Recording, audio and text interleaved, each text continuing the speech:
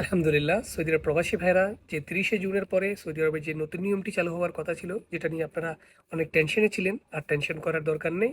আলহামদুলিল্লাহ, সৌদি আরবের মানব সম্পদ সামাজিক উন্নয়ন থেকে একটি বার্তা দিয়েছে যে এই ৩০ তারিখের মেয়াদ বাড়িয়ে আগামী ডিসেম্বরের ৩১ তারিখ পর্যন্ত করেছে, যাতে সৌদি আরবে থাকা যেসব প্রবাসীরা যাতে করে যারা এখনো পর্যন্ত যে কিউআর যে চুক্তিবদ্ধ বা অবৈধ বা এক্সপায়ার আছে, তাদেরকে যেন এই ৬ মাসের ভিতরে আওতাভুক্ত করা যায় এবং তারা যেন আওতাভুক্ত হয়ে যায়। তাই আমি আমার সকল প্রবাসীদের প্রতি আহ্বান জানাবো, যারা সৌদি আরবে আকামা এক্সপায়ার আছে অথবা যারা কর্মরত আছে, যাদের ইকামার বৈধতা নেই, অথবা আপনাদের যে কর্মরত অবস্থায় যেখানে কোম্পানির সাথে চুক্তিপত্রটি এক্সপায়ার আছে অথবা সেটি এখনো রিনিউ করেন নেই, তারা ৬ মাসের ভিতরে আপনার কোম্পানির সাথে আপনার কফিলের সাথে কথা বলে এগুলো বৈধ করে নিন, যাতে করে আপনি এই ডিসেম্বরের পরে কোনো অসুবিধায় পড়তে না হয়। আশা করি ভিডিওটি সবার মাঝে ছড়িয়ে দিয়ে সবাইকে দেখার সুযোগ করে দিবেন। ধন্যবাদ।